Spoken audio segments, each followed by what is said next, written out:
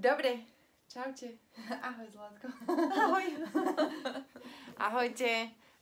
Sme tu opäť po dlhšej odmlke.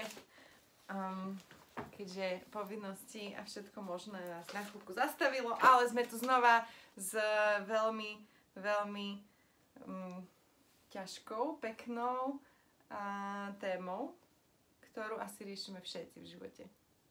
Asi áno, ale skôr by som sa rada dostala úplne v začiatku, tí, ktorí nasledujete úplne prvýkrát, tak toto je osobne Vivien Esme, tak ju nájdete na Instagrame, inak celým menom prezradíme, ako? Môžeš. Evka Bokovnová, osobne. A moja už toho času veľmi dobrá kolegyňa a taká spoluterapeutka, tam, kde nedočiahnem ja so svojimi technikami, tak tam Evička pokračuje, alebo opačne, tam, kde to ona rozklúčuje a už potom treba ísť do takých praktických vecí, tak potom to zasa končí u mňa. No a moje meno poznáte alebo nepoznáte, Janka Dekanková osobne, a nájdete ma na stránke jadeja.sk, všetky tie moje techniky, všetky moje veci, ktorými sa zaoberám, a samozrejme aj na Instagrame, to ma nájdete ako jadeja_Janka Dekanková, a samozrejme máme aj čo? Facebook? Áno, máme aj Facebook. Bohužiaľ na Facebooku sa málo vyskytujem, aj na tom Instagrame to tam flákam, ale Evička povedala, že už bude so mnou viac ma do toho tlačiť, aby som tam viacej dávala príspevkov. Dobre, a ešte povedzme, že čomu sa Janka venuje najviac, akým technikám. Ja mám Theta Healing a Janulka má toho viacej, lebo ona je šikovná veľmi. No, ja pracujem s technikou SRT, alebo Spiritual Response Therapy od autora Robert Detzler, a pracujem aj s emočným kódom, alebo s kineziológiou, alebo teda so svalovým testovaním uviaznutých emócií, a potom nastane uvoľnenie cez použitie magnetu. Bradley Nelson o tom napísal krásnu knižku Emočný kód, a za 2 týždne bude dokonca mnou vedený kurz Odpovede tela.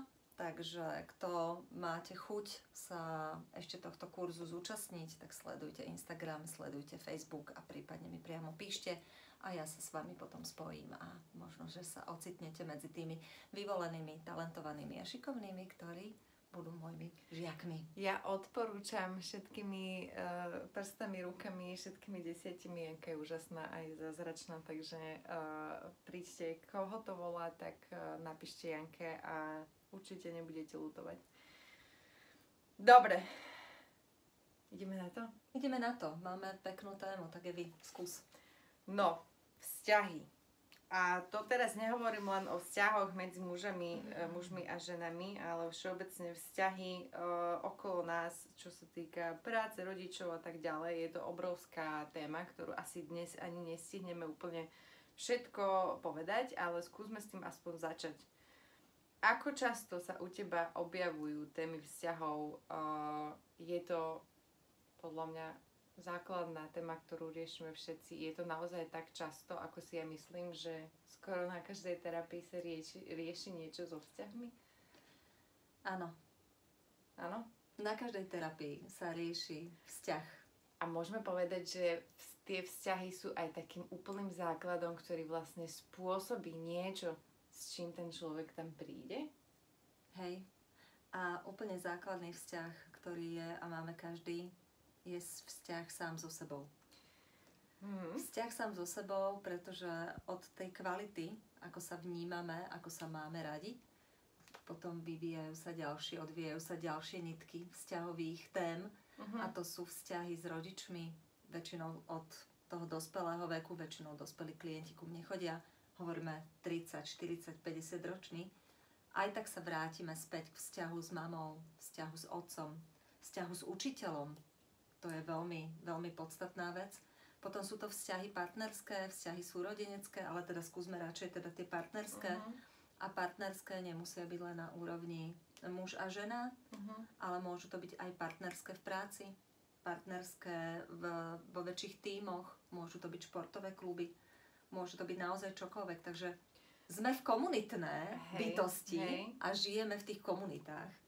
No a keď prídem takto s nejakým vzťahovým problémom, dostanete sa aj tak väčšinou úplne k tomu základu a to je ten vzťah samého so sebou, že mala by som mať najprv vyriešený vzťah mňa samej so sebou samou, aby som sa mohla posunúť k tým vzťahom, ktoré ma reálne trápia.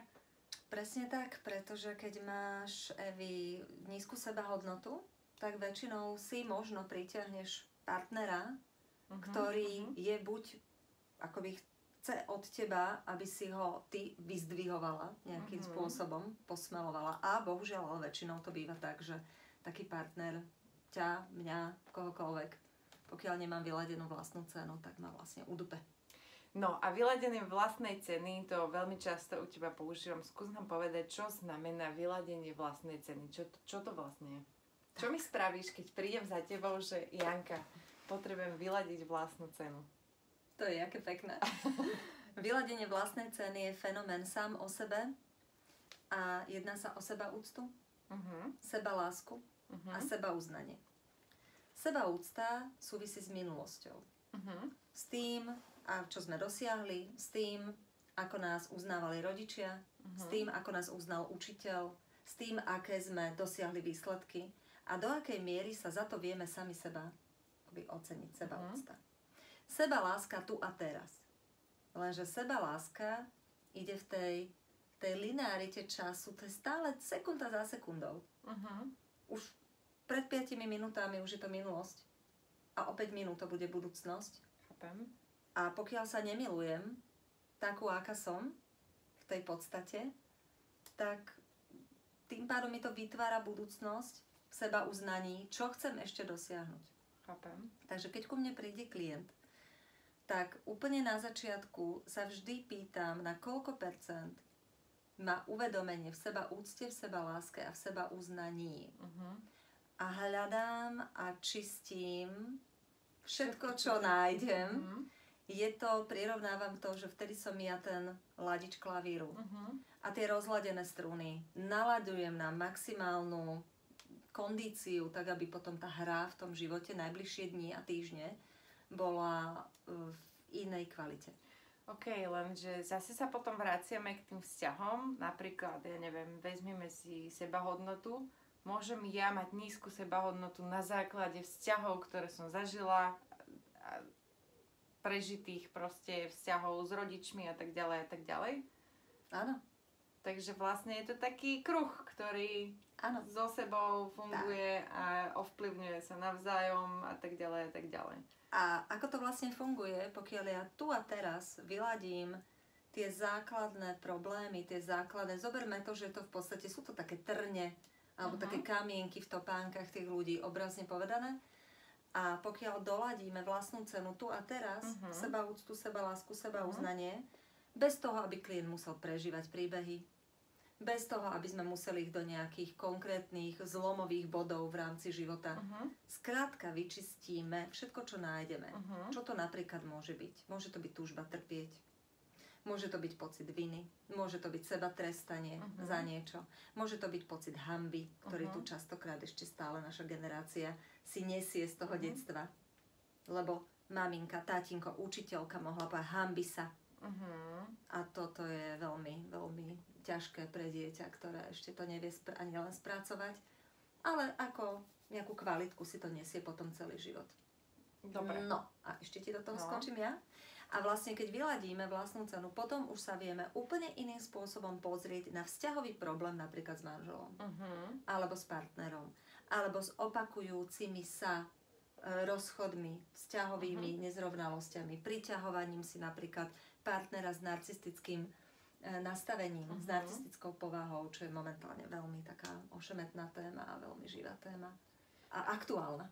Hej. A čo ak ja si teda prídem k tebe vyladiť tú vlastnú hodnotu a cenu a tak ďalej. Začnem to riešiť, ale ten partner to neurobí. A ja, podľa mňa, prvé, čo by ma napadlo, že to musí urobiť aj on. To by bolo ideálne.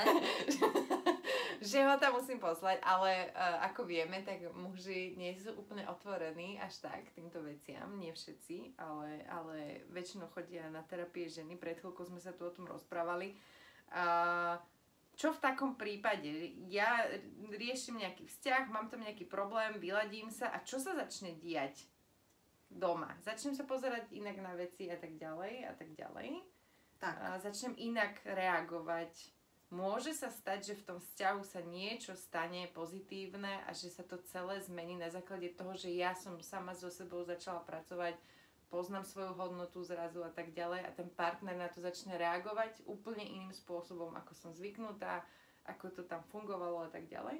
Ty si krásne odpovedala. Skvelé. Už teraz si odpovedala.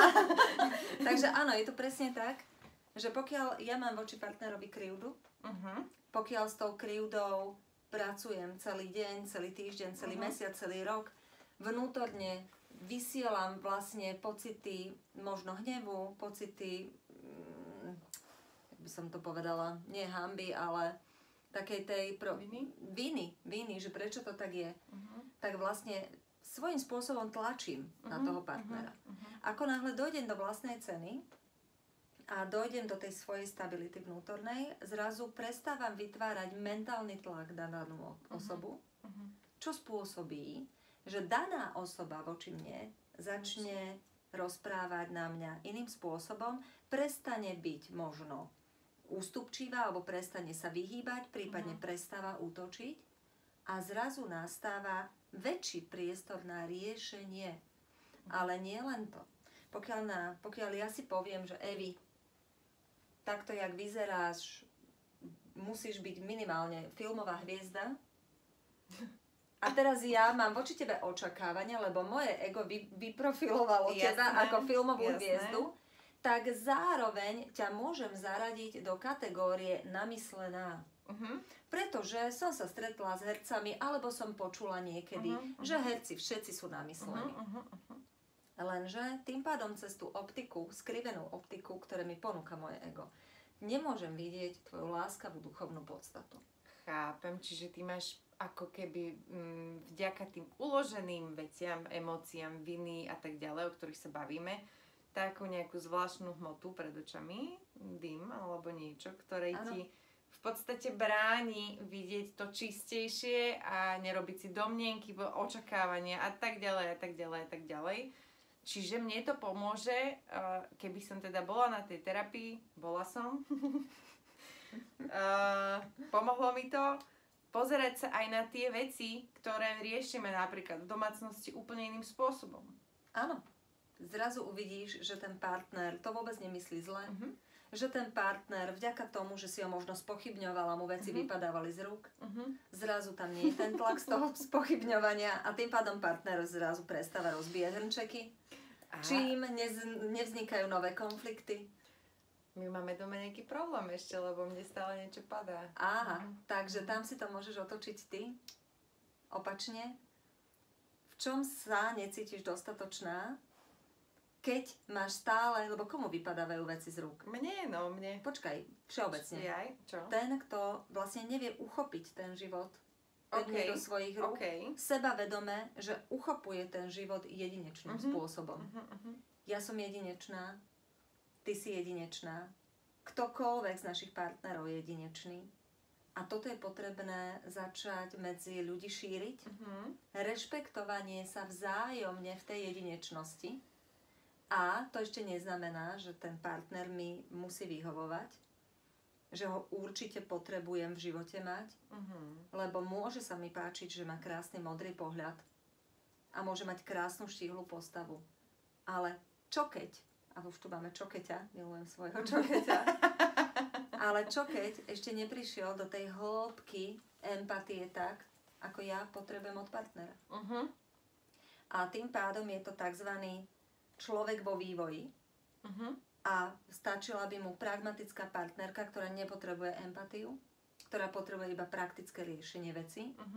A možno ty už potrebuješ partnera, ktorý nielen potrebuje veci riešiť prakticky, a potrebuješ aj tú nadstavbu tej empatie.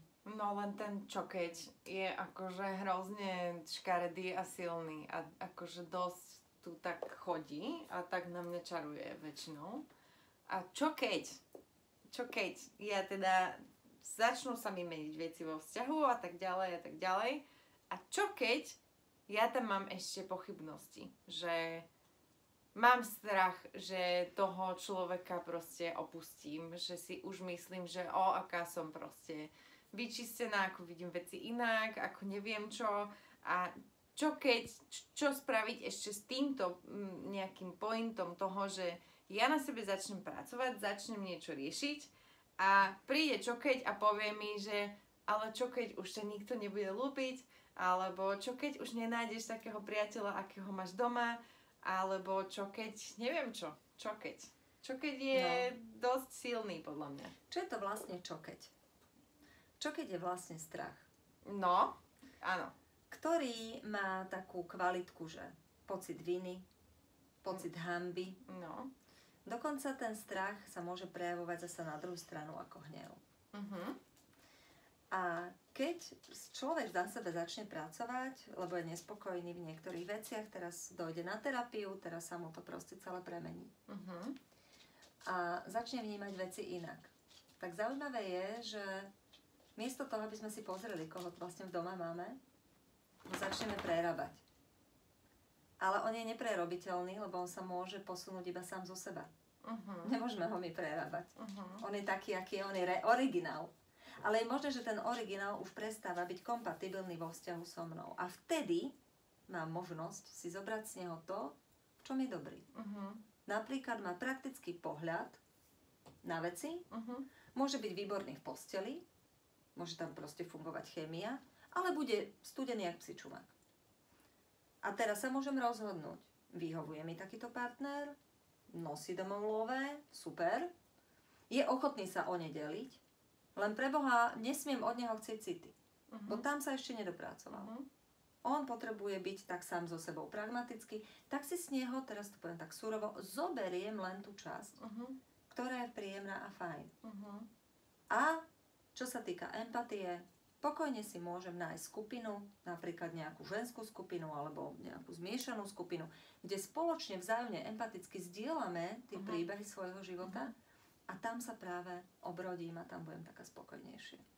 Takže v podstate naväzujeme na tú odpoveď predtým, kde si vysvetľovala, že všetci sme jedineční a vlastne by sme mali aj toho druhého človeka úplne prijať takého, aký je, seba prijať takého, aký som, toho druhého človeka prijať takého, aký je a potom na základe toho, keď už nemáme tam ten mrak pred očami a už by sme ho teda mali vidieť pravdivo, aj seba, aj toho človeka, sa rozhodnúť, či je s nami kompatibilný, či nám to stačí. Tam už zase ideme do sebahodnoty, sebaúcty a týchto vecí. Sebalásky. A už je len na nás potom rozhodnutie, že či ideme ďalej alebo nie. OK. A teraz ako uvidíš toho človeka, aký naozaj reálne je? Lebo kým človek nemá doladenú vlastnú cenu, tak sa pozerá presne cez to dymno vlastných očakávaní a nekonečných sklamaní. No. Keď má konečne doladenú vlastnú cenu, tak presne tam musí nastať to ďalší krok. Mať ochotu vidieť toho človeka taký, aký je. Aha, takže ja ešte môžem byť neochotná to vidieť. Samozrejme, pretože ešte stále tu môže byť pýcha toho ega, bo my sme všetci stavitelia a všetko prestavujeme, domácnosti, domy, diktujeme prírode, ako rýchlo má rásť v tých kochlíkoch a tým pádom chceme aj toho partnera zmeniť. Na základe čoho? Na základe našich očakávaní. Lenže keď je doladená vlastná cena u danej osoby, tak teraz je presne ten krok 2 a ja to vysvetľujem veľmi jednoducho. Stačí si iba pomyslieť, ukáž sa, kto si. Ukáž svoje kvality. Rovnako ako ja na teba pozerám, Evi, ukáž sa, kto si. A keď som si dávala túto otázku, keď sme spolu začali bližšie spolupracovať, tak som tam videla veľmi tvorivé žieňa, veľmi talentovanú osobu, ktorá je veľmi, veľmi kreatívna a naozaj širokospektrálne rozvinutá. A tým pádom som len nechala teba sa prejaviť v tých vlastnostiach, ktoré máš. A to je ale zase, to si úplne dala teraz v podstate návod, ktorý je ale hrozne ťažký vo vzťahu muža a ženy podľa mňa, aspoň teda pre mňa, myslím si, že aj pre ostatných. Keď si poviem, ukáž sa, kto si a naozaj sa začnem pozerať na toho človeka bez tých všetkých mojich rúžových okuliarov a všetkého, tak naozaj vidieť, že kto to je a naozaj zistiť niekedy aj po niekoľkých rokoch, kto to je. Aj 10 ročiach. A teraz sa pýtať, že akože halo, tak ja som tu vlastne žila s niekým 15 rokov a netuším, kto to je a práve som na to prišla. Je tiež celku náročná situácia, si myslím. A čo s tým, čo s tým potom? Akože on sa mi ukáže, OK, ja by som to mala prijať a rozhodnúť sa, že čo ďalej. Čo keby chcel napríklad na sebe pracovať? Čo keby bol tak otvorený, že chce niečo so sebou robiť, že možno chce prísť na terapiu alebo niečo, ty máš aj párové veci, alebo je lepšie to riešiť tak, že príde jeden, potom príde druhý? OK. Párové terapie priamo, že by som mala 2 ľudí naraz, nerobíme. Nie som mediátor. Viem to robiť, ale nebudem to robiť z mojej praxe. Zatiaľ nie, tam zatiaľ na to čas nie je. Väčšinou mi príde ten, ktorý je nespokojnejší v páre. A stáva sa, že sa ten druhý pridá? Nestáva sa to úplne často, ale už sa to stalo. A mala som taký pekný prípad veľmi dávno, kedy mi došlo dievča, ktoré sa cítilo nespokojné vo vzťahu, cítila sa zviazaná a nevedela, čo má urobiť, lebo ten chlapec sa nemenil tak, ako ona chcela. A zároveň sa o ňoho obávala, čo bude, keby mu povedala, že dovidenia, do počutia, že už viacej teda nebude s ním ako v partnerskom vzťahu. Niečo sme porobili a hlavne som sa pýtala, že ako by to potrebovala mať. Nie ako to má, ale ako by to potrebovala mať. A rovno mi opísala, teraz to trošku nafúknem, sme v éteri, tak poďme to trošku nafúknuť, ale bolo to približne asi tak, že bolo by super, keby to bol trpezlivý partner, ktorý by za ňou prišiel, hoci je v bielom obleku s rúžou, zavnímal by ju, ako sa práve cíti, hoci majú ísť na večierok, ale počkal by, kým by ju prestala boleť hlava, trpezlivo by počkal, kým sa ona namaluje. Nevadí, že na večierok dojdú o 2 hodiny neskôr. Hlavne, že ju posadí do toho krásneho bieleho Cadillacu a odvezie ju tam a s nadšením a srdosťou ju predstaví svojim priateľom a nevadí, že došli o 2 hodiny neskôr, pretože jej bolesť hlavy bola určite dôležitejšia, možno zlomený necht. Trošku tak. A ona potom s nadšením po tej terapii to povedala svojmu priateľovi a prišiel on. A čo sa stalo? Prišiel paradoxne s tým istým problémom. Nevyhovoval mu vzťah, ale on sa o ňu obával. Čo sa stane, keď on jej povie, že vieš čo, Zlatko, rozchádzame sa, ja to nedávam. Tak som sa pýtala jeho, aký vzťah si predstavuje. A teraz Evi sa podrž. Povedal to isté, alebo čo? Keby tá moja partnerka išla so mnou pod stan na víkend, keby išla s tým mojím veľkým psom, kde by sme sa krásne pomilovali v tom stane a potom sa išli umyť do toho potoka, možno studeného, a boli by sme tam iba jeden pre druhého. A teraz som si predstavovala to dievča ako s tými umelými nechtami a nadúcanou pusinou. Ide pod stan nenamalovaná. Skrátka to nebolo vôbec kompatibilné. Keďže som vyladila jednému vlastnú cenu aj druhému vlastnú cenu, zároveň vzájomný vzťah na úrovni vlastne energetiky, tak nakoniec prišlo k tomu, že oni si s láskou povedali, že ahoj, a hlavne v tej úcte, že už sa prestali báť, čo sa stane s tým druhým. Chápam. A toto častokrát mávame, že na jednej strane si možno, že až myslíme, že sa bojíme o seba, ale častokrát to býva opačne. Bojíme sa o toho druhého a je veľmi smutné, že viac empatie a viac súcitu dávame tej druhej strane, ako máme sami so sebou. A potom presne znovu vyvstáva tlak, lebo aj pocit ľútosti je vlastne tlakom na danú osobu. A miesto toho, aby sme išli do empatie sami so sebou, a teraz by som to ešte trošku potiahla, ak je 15-ročný vzťah, teraz som konečne po terapke, teraz zrazu už začínam vnímať toho partnera, teraz začínam s pokorou prijímať, čo všetko mi na ňom nevyhovuje, že to vlastne vôbec to nie je kompatibilné, že to ja potrebujem úplne inak a idem do tej predstavy, teraz si predstavím, že nejaký čas možno budem aj sama, tak zvažujem, či to utiahnem finančne, či to utiahnem sama so sebou, akých priateľov mám, či sú na porúdzi možno nejakí milenci, to už za rohom možno nie sú, možno budú, nevieme, ale zatiaľ by to nešlo. Či by som to prežila? Ak si poviem áno, áno, áno, tak potom si poviem, OK, ak mám s týmto partnerom vydržať ešte nejaký čas, len z ľútosti, ako to on bude mať, likvidujem samu seba. Ale aj v podstate aj jeho, tým, že neodídem, pretože ja mu nedávam ani sebe, ani jemu šancu, aby si našiel niekoho, s kým bude kompatibilnejší, s kým bude šťastnejší, s kým bude proste to fungovať v podstate. Presne tak.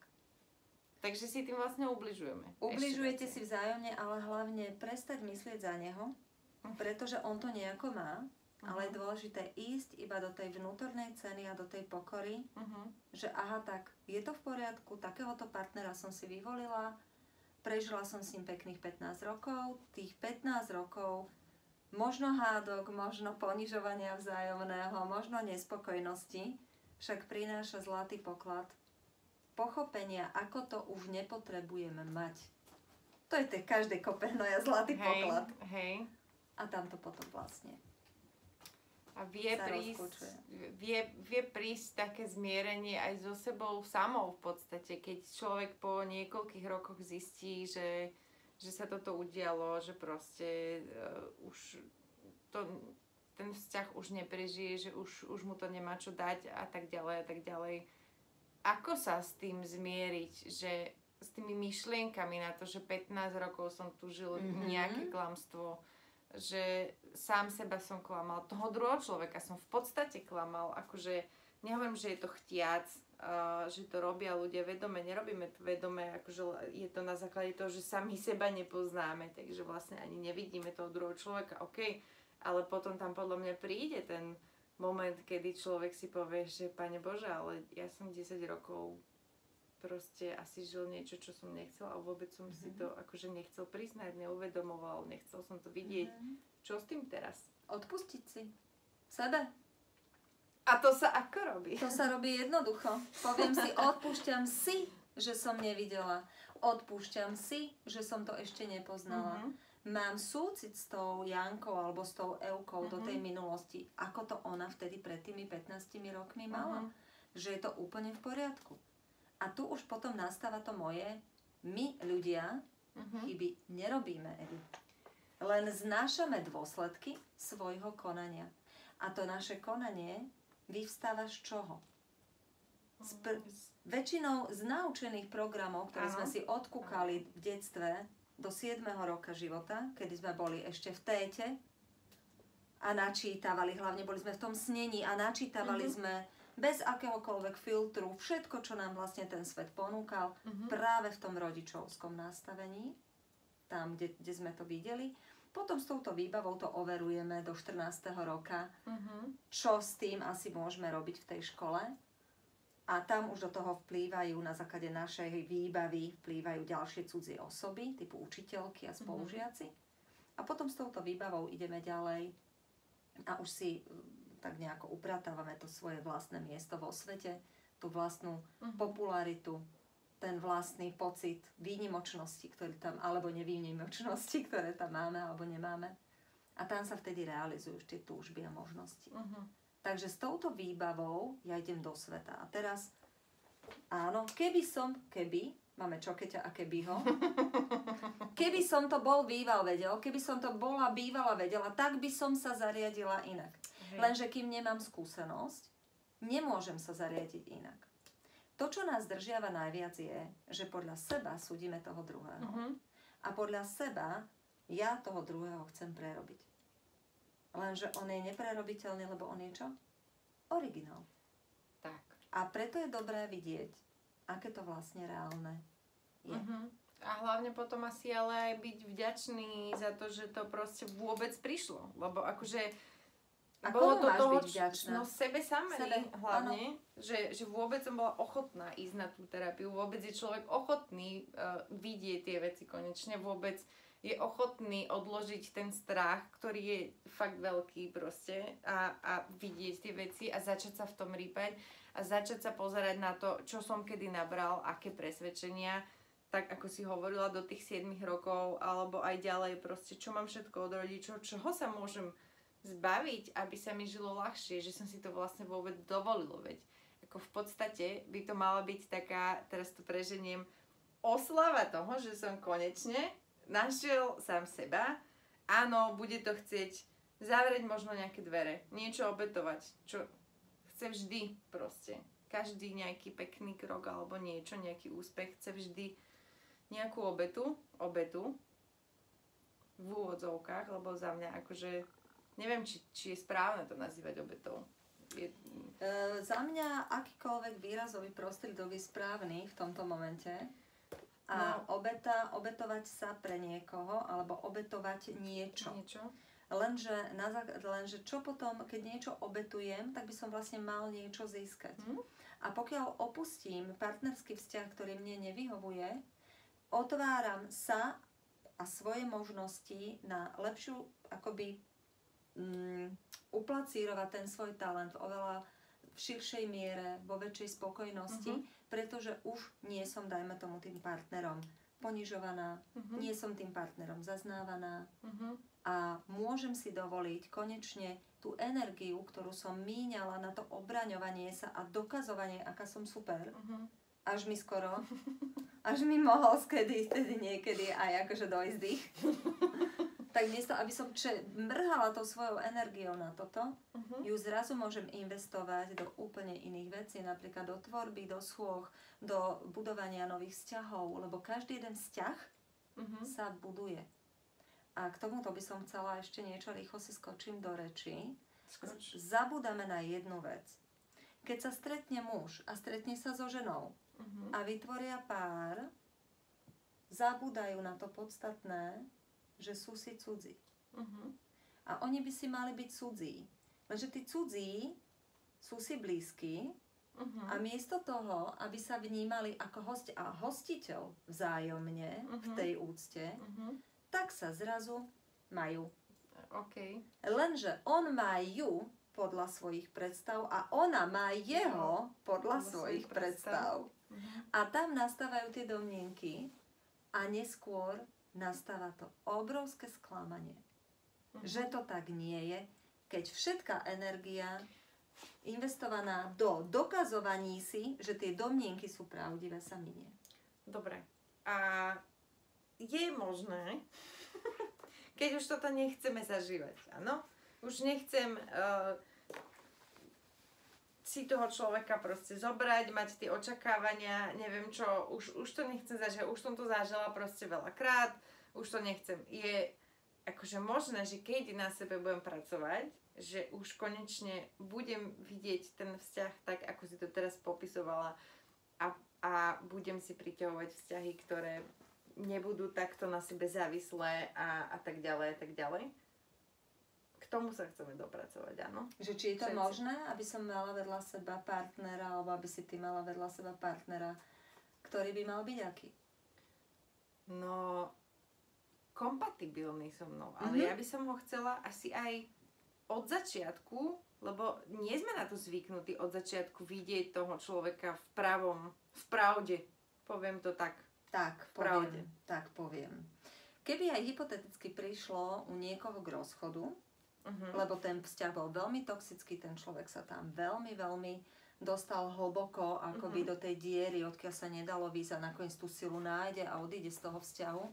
Hoci prichádza o domov, hoci prichádza o strechu nad hlavou, hoci prichádza o akoby finančné zvýhodnenie, lebo ten partner predsa len tam nejakým spôsobom tú hmotu dostával. Možno prichádza o okruh priateľov, ale priateľov toho partnera väčšinou, tak keby sa aj toto mohlo stať, tak teraz si je dobré si hlavne vytvoriť ten manifest, tú predstavu, akého partnera chcem vo svojom živote mať. Ty si povedala veľmi zjednodušene, mne sa to páči, kompatibilný s tebou. Partner kompatibilný s tebou. A teraz sa stane, že sa spoza rohu vynorí chlap, doslova do písmena narazíte do seba, nakoniec skončíte na tej káve, lebo však akože sorry dievča, rozsypal som ti nákup, tak ti ho pozbieram a čím ti môžem byť nápomocný. Romantika, krásna. A tam nastáva už tá chémia, nastáva znovu to zamilovanie, to prvé tá vášeň. No a tam sa hovorí, že ja nemôžem vidieť pravdu, lebo mám tie hormóny a všetko. Tak, necháme si vtedy tie dobré pocity. Necháme tie motyle, nech lietajú. Ale nenechám si zatemniť rozum. To znamená, že predsa len si tam tak pekne zasuním, no ukáž sa, kto si. Pretože keď som do niekoho zamilovaná, tak sa chcem páčiť. A keď sa chcem páčiť, tak mu idem presne po ruke, čo mu vyhovuje. To ešte neznamená, že to aj časom bude vyhovovať mne. Ale pokiaľ si tam zasuniem tú vetičku, ukáž sa, kto si. Ten partner sa prirodzene, alebo ten pán, sa prirodzene začne prejavovať v tej pravde, aký je. A môže to byť aj tak, že aj ja sa začnem prejavovať tej pravde, aká som a nebudem mať tú silnú potrebu sa opekňovať. V prvom rade zostaneš v pokoji a prestaneš byť invazívna. Hneď v ďalšom vieš jemne viesť témy, lebo keď je niekto ako čerstvo zamilovaný, ešte stále tam nie je ten fyzický kontakt, ešte stále nevieme, či si budeme vyhovovať a voňať si. Ale vyzerá to tak, že si budeme vyhovovať. Len máme tie očakávania na základe tých pohľadov do očí a je to také celé pekné. A tých vnútorných pocitov. Ale tam už môžem trošku tak ísť do toho, že a ako to má v práci a ako to má myslím si, s rodičmi. Aký má pohľad na mamu, aký má pohľad na otca. Ako to mal, hlavne pokiaľ to mal ťažké, pre Boha nežijeme s ním ten život. Môžeme mu vysloviť súcit, áno, asi to nemohlo byť jednoduché, alebo nemuselo to byť jednoduché. A on povie, zvládol som to, alebo bolo to hrozné, ľutuj ma, bude to, alebo to. A postupne sa takto v tých rozhovoroch môžeme dostať až k tej podstate, či ten človek je pripravený na rodinu, ako to mal s predošlou partnerkou. Že veľmi veľa informácií sa zrazu dozviem. No. Ale pokiaľ je to človek napätom, že môže mi voňať, môže sa mi páčiť, môže s ním byť dokonca fantastický sex. A čo keď pohŕda ženami? Už tam máme čokeťa. Takže presne, a ja toho čokeťa potrebujem overiť. Na základe čoho? Vnímam, zavediem tému. A čo mama? A čo tvoja bývala? A čo tvoje bývalé pred ňou? No dobre, ale on to vie, akože... vieme to uhrať, podľa mňa. Aj. Vieme to uhrať. Zatiaľ s vetičkou ukáž sa, kto si, zatiaľ mi nikto nevyklzol. Nikto mi nevyklzol. A poviem ti prečo. To naše ego ide do toho skúmania a chce premalovať ten obraz červenej na modrú a aj opačne. Ale pokiaľ ja si dám, ukáž sa, kto si, to ego sklapne pusinou. Hej, a už si tam nemalujem. Chápem. Ty si vedome cez ego nemaluješ toho človeka na červeno, na modro. Ale nasadzuješ si čo? Detektívny klobúk. Už máš ten detektívny klobúk. A ostávaš v roli pozorovateľa. To sa tam stane. A poviem ti príhodu s jednou kočenou. No ale prepáč, môžem ešte skočiť úplne k najdôležitejšej veci, čo ma napadla, že tá rola pozorovateľa, to je úplne, že alfa omega, akože pri všetkom. Aj pri sebe, podľa mňa. Áno. Keď dokážem byť dobrým pozorovateľom seba samého, aj svojho okolia, tak vlastne to je aj akože v podstate vedomý život, podľa mňa. Áno. To ma len teraz akože strašne To ťa krásne napadlo. Úplne, že a už môžeš ísť na príbeh. Poďme príbeh, lebo to bola pre mňa niečo neuveriteľné. Toto som ponúkla jednej mladej žene, ktorá teda bola po zlom rozchode, bolo to veľmi ťažké a opakovala sa jej situácia. Ona túžila byť milovaná, túžila, aby ju niekto mal. Niekto, aby ma mal. Lenže pritiahla si k sebe muža, ktorý ju mal. Lenže mal ju ako? Úplne. On ju mal podľa svojich najlepších predstav, vedomia a svedomia. On vôbec nevedel, že robí niečo zlé. Ale predsa len jej to prestalo vyhovovať počase. Potom sa prejavila taká, aká je. A on bol z toho rozčarovaný a bránil sa. Lebo to nie je ona. Ona sa zrazu zmenila. Lenže ona sa vôbec nezmenila. Ona len na základe toho byť pekná a konečne, aby ju niekto mal, prirodzene premalovala svoj obraz. A potom, keď už jej došli sily, tak potrebovala sa už prejaviť a zrazu on bol ten zlý, ktorý jej nerozumie a ona bola tá zlá, ktorá sa zmenila. No a to sa deje väčšinou, no. No, a tak to som skončilo? jej poradila po rozchode. Keď už teda ideš na to rande, tak si tam zaraď tú otázočku, ukáž sa, kto si. Nuž. A ona potom po asi mesiaci a asi 2 rande mi hovorí, že ale ja si to tam nemôžem dávať na ten prvýkrát. Lebo ja ani z toho rande nič nemám. Lebo ja stretávam takých, čo mi vôbec nevyhovujú. Tak ja si to tam zadávam na druhýkrát. Tak. A toto je presne tá podstata tej veci, že pre mňa to bolo obrovské poznanie. Že vlastne miesto toho, aby keď už vidí, koho si priťahuje, si jasne nastavila v tej hlave, a čo chcem, koho chcem stretnúť na budúce. Tak ona len zostávala v tom a stretávam samých píp. Dobre? Nerada nazývam mužov debili. Nerada. Pretože sú originálni, sú skvelí, sú v tej podstate stabilní, takí, akí sú, len sú nepochopení nami ženami a tým pádom sa tvoria nekompatibilné páry, lebo hráme tie role, lebo sme zamilovaní. Hej. Toto sa tam vlastne deje.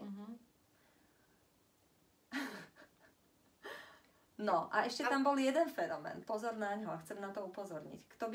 Ktokoľvek, kto pozerá tento rozhovor, to chcel vyskúšať, tak vás chcem poprosiť všetci. Skúste, keď už uvidíte toho človeka, aký je, tak ho iba vnímajte cez seba, či vám taký vyhovuje. A nie, že to, čo uvidíte, budete chcieť prerábať. Neprerábajte to. Môžete dávať ponuky, môžete dávať návrhy, môžete ho vnímať, či sa vie v nejakej situácii ako studený zrazu rozcíti. Ale len to pozorujte a vnímajte, či vám to takto vyhovuje. A samozrejme je niečo iné mať kamaráta do dažďa alebo milenca. Je úplne iné mať už partnera, s ktorým chcem nebodaj zakladať rodinu. Je niečo úplne iné mať kamarátku a tolerovať ju takú, aká je a aj tak si v niektorých veciach rozumieme, ale nemusíme spolu žiť. Jedna môže byť mať prístup k poriadku v byte dynamický, tá druhá zasa statický. Takže niektorá je okresná čistočnička a druhá rada žije v chaose, lebo sa v ňom dobre vyzná. Dobre, a asi takú, ja viem, že asi je to ťažká vec, ale skúsme na záver. Ma napadlo, že ono sa to deje vo vzťahoch, že sa meníme. Podľa mňa zmena práce, nejaké udalosti, čokoľvek ťa mení, tehotenstvo, deti a tak ďalej a tak ďalej. Chceme udržať ten vzťah, napriek tomu, že si myslím, že mali by sme vedieť brať vzťahy tak, že naozaj sa nedržíme takýmto spôsobom a že vieme proste dať tú slobodu a že vieme existovať v tom vzťahu s myšlienkou alebo s pravdou, že ten človek tu už není priviazaný, že ja ho tu proste nemôžem naozaj priviazať. Ale ako zvládať tie zmeny vo vzťahu? Je niečo, čo mi môže pomôcť zvládnuť to, a prijať to, že my sa všetci meníme. Ja sa v tom vzťahu mením, ten druhý človek sa v tom vzťahu mení. Čo s tým? Tak, keď sa ľudia menia a konečne vidíme tú pravdu taká, aká je, tak sa máme možnosť rozhodnúť, čo z toho, čo mi ten človek ponúka, môžem pre seba a svoj život využiť. Doslova takto, že využiť. Čo ma náplňa a čo ma obohacuje. A hlavne nenechať sa tým človekom buď zastrašovať, alebo urážať. Ak by tam boli urážky a zastrašovanie, treba mu jasne dať hranice. A pokiaľ ich nebude rešpektovať, tak takýto človek je pre mňa nepoužiteľný kus do môjho života, pretože ja ho neurážam, ja ho nezastrašujem a napriek tomu on stále do mňa skáče. Čo je jasný obraz toho, že on tú vyladenú vlastnú cenu stále nemá, keď potrebuje sa prejavovať dominantne. Aj napriek tomu, že ja som láskavá voči nemu. Lenže pokiaľ budem láskavá a ustupujúca a vyhýbajúca a sledujúca, či je spokojný, v strachu. No ale to už zase ja nemám vlastnú cenu. A sme doma. Tým pádom je to presne o tom, skúsme to dať ešte na sedačku alebo na stoličku. Vyberám si do domácnosti stoličku. A teraz sa mi páči stolička, ktorá je z transparentného plastu, má zlaté okraje, má smaragdovo nadúcaný a smaragdovo zelený taký vankúšik. Má úžasné zo zlata urobené područky. Je však na nožičkách, ktoré rozhodne nie sú vo výške ideálneho zalomenia mojich klbov, kolien a členkov. Je obrovská, rozložitá a nehodí sa mi do interiéru. A navyše sa z nej fakt zle sedí. Mne sa veľmi páči a ja si ju kúpim za drahé peniaze a donesiem si ju domov. A teraz zrazu zistím, že nedá sa na nej sedieť. Nehodí sa mi do interiéru, navyše mi zavadzia v kúte. Čo skúsim urobiť? Odpílim s nej kúsok? No mám ju iba na okrasu. Mám ju len na okrasu a nemôžem ju používať a časom to prvotné náčenie sa premení na hlboké sklamanie, lebo som v tom momente nebola schopná vnímať a predstaviť si tú stoličku v interiéri môjho života. Takže keď ma niečo láka, je to úplne inak. Zaujímavé je toto u chlapov, ale aj u žien. Žena, dynamická, nadšená, túži po pokoji a po uznaní. A prirodzene, keď zakladá rodinu, nakoniec siahne po pokojnom type chlapa, ktorý žiaľ ale nie je športovec, nerád chodí do spoločnosti, je ňuňko, mucko na výchovu detí, dokonca aj nejaké peniaze zarobí, ale nenaplní žene ten život, ktorý bol jej hnacím motorom. Alebo opačne muži potrebujú mať ženu, ale v prvom rade ich zláka tá atraktívna žena, tá živá žena, tá urozprávaná žena. Tá, ktorá bola slobodná, lebo ten smiech ich pritiahol. Hej, ale v podstate to môže byť ich pekná stolička so zlatými vecami, ale keď si na ňu sadne, tak vlastne zistí, že ju má len na okrasu. Možno na okrasu a možno má strach, že tá stolička raz ujde. Prestane jej dôverovať. No. A začne tú stoličku nejakým spôsobom, začne tú ženu spochybňovať. Začne sa on sťažovať a zrazu tá žena zosivie, zovšednie, možno priberie, je nešťastná a smutná. A je to len tým, že ona sa prispôsobila jeho podmienkam a on nerešpektoval to, aká je. Takže v zásade, akože čo sa týka vzťahov, mohli by sme to uzavrieť tak, že je úplne alfa omegou a najdôležitejším poznať samého seba. Áno. Vedieť, čo chcem. Vedieť, čo potrebujem. Čo potrebujem. Čo potrebujem. Čo potrebujem, čo by ma urobilo šťastnou. Áno, lebo čo chcem by mohla byť tá stolička. Áno, ale čo potrebujem. Vedieť, ja si potrebujem sadnúť. Chápem. A zároveň tam kľudne môžem zasunúť atraktívneho partnera, modrookého Breda Pitta, je mi to jedno. Ale nie Breda Pitta ako toho konkrétneho, ale aký. A toto je práve to, že tam vediem potom aj dámske, aj pánske sedenia, že ideme do tzv. Vyhlásenia konkurzu. A ja pomôžem tomu klientovi vlastne navnímať, ako sa má pozerať na situáciu a ako môže si zvoliť do toho svojho života toho správneho partnera, na čo vlastne má dohliadať. A to môže byť predmetom našeho pokračovania, ktorým by sme asi teraz uzavreli tento rozhovor. No, však tebe teraz vybuchne stránka, lebo všetci budú chcieť vyladiť svoju vlastnú cenu, lebo práve zistili, že vlastne nevedia, čo potrebujú. Je to možné, či vybuchne, nevybuchne. Podstatné je, a ja som veľmi vďačná, vážení tých všetci, čo nás sledujete, že Evička je tá pokračovateľka hneď po Márii Bernatovej, ktorá mňa pozvala na ten prvý podcast, ktorý tu už existuje. A nájdete ho pod názvom Hygiena mysle. A ja som vďačná Evičke, že so mnou ďalej je ochotná rozvíjať túto. Ja som vďačná Janke, lebo je to úžasné a podľa mňa sú to témy, ktoré sú veľmi obohacujúce aj pre mňa, zároveň ešte stále aj dúfam, že pre vás všetkých a sme tu obidve, keby ste čokoľvek potrebovali a určite v tom budeme pokračovať. Kľudne nám napíšte, ak chcete rozobrať nejakú tému, ak si myslíte, že je niečo potrebné, čo tu je treba riešiť, o čom je treba hovoriť, tak nám to kľudne jedné alebo druhé napíšte a prajeme vám krásne, šťastné vzťahy a pravdivé hlavne. A srdiečko v duši a harmóniu v tele. Ďakujeme.